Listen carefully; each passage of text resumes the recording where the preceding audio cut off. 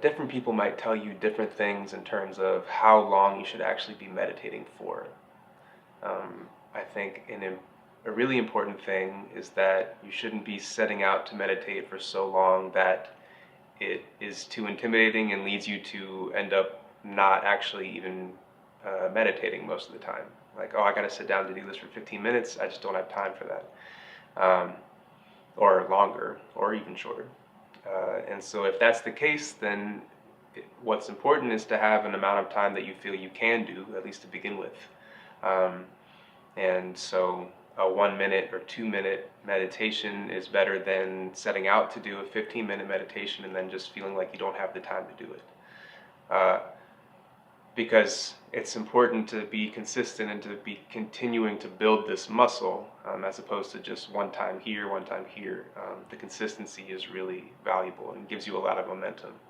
And another thing you might try is if you're thinking you don't have time for a longer meditation, to just set your timer for a shorter amount of time, and then often you'll get to that point and then you'll just feel like sitting longer, and at that point your perspective will have shifted and you'll realize that this is a priority for you, and you will end up doing that same amount of time that you would have wanted to initially. So for example, say 15 minutes, you're like feeling like that's too much, and so you do one for 10, and on several apps, like it can just continue to go after your set time is done.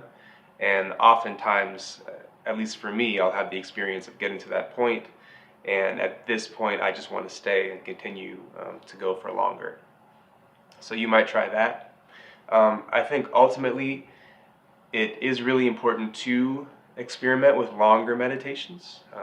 So if you've been doing like 10-minute meditations, trying one that's 20 minutes long, 30 minutes long, because you might see something totally new in that experience. From my perspective, the real crux of the length of meditation comes down to how long it takes your mind to settle down.